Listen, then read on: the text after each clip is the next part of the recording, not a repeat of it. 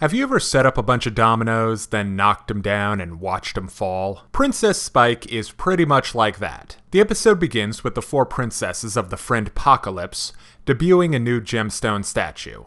Very tacky.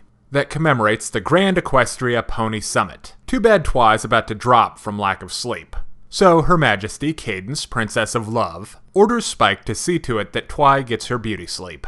So first, the little guy stops the wide variety of loud noises around Canterlot, like sporting events, tree trimming, and infrastructure maintenance. But when Spiky Wikey starts settling arguments between delegates, he goes mad with power, and starts making all sorts of poorly thought out decisions, while enjoying the perks of leadership, naturally, even after some wise words from Cadence. And like most times, the aristocracy starts abusing their power. There's a peasant uprising. Viva la revolution. And then there's some flooding, and the statue gets trashed. It was an eyesore anyway. Spike did the city a favor. But it works out for the best after Twi gets back in the saddle, and Spike delivers a speech about what he learned. This episode is a lot of fun. Let's start by looking at our misguided would-be princess. I like the progression Spike goes through here. He starts off wanting to help Twilight. Then, when he has to make decisions for her, he develops a taste for it. Then finally, he's just full-on exploiting it for the perks. Power corrupts, after all. And even though he's clearly sowing the seeds of his own downfall by stopping repairs to Canterlot's infrastructure, when he did that stuff, it wasn't the kind of thing that would backfire immediately or by itself. Likewise, Spike's intentions started off good, and then fell to pieces over the course of the episode. But when he realized his mistake, he owned up to it and tried to fix it. Is that before or after he tried to escape out a window? The point is, he knows he screwed up.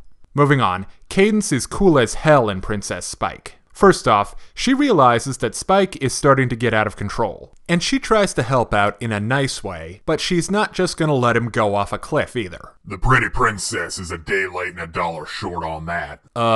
But when things do go horribly wrong, she actually does something. Namely using her awesome alicorn powers. Unlike some pony. Okay, now let's talk comedy. This episode has a number of good laughs in it, and Spike's downward spiral into abject hedonism is the cause of some of the best of them. There's also an adorable moment where Twi falls asleep on a pile of books. Even though Crazy Twilight is best Twilight, Sleepy Twilight is still fantastic. Finally, I was loving the delegate from Manhattan, and his cutie mark was perfect. In the art design department, the Friendship Summit, or whatever it is, was a great excuse to show off some visually unique pony designs. My personal favorite was the Fargo pony. And for you fans of the MLP comics, I think you'll notice ponified versions of a particular artist-writer duo hanging around. One of the bigger problems with the episode is that the delegates seem like they're being excessively difficult and weirdly dismissive of Spike. But that's just part of the conspiratorial atmosphere that hangs around stories like this. Of course, everyone treats Spike like dirt.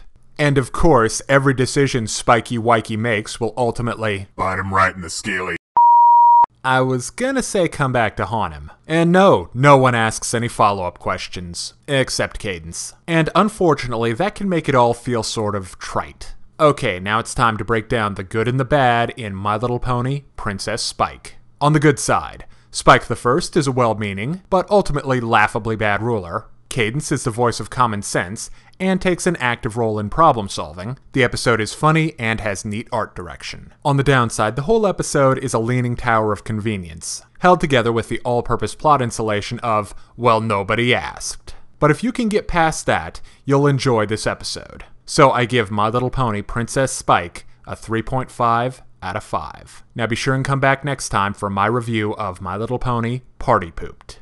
And if you're interested in reviews of anime, movies, TV shows, comic books, or video games, check out my channel on YouTube at StupidPrivate913, or find my Facebook and Deviantart pages for video updates and more. Thank you for watching. Hey kids, today's show is brought to you by the letter 4 and the number potato! I'm a stupid private.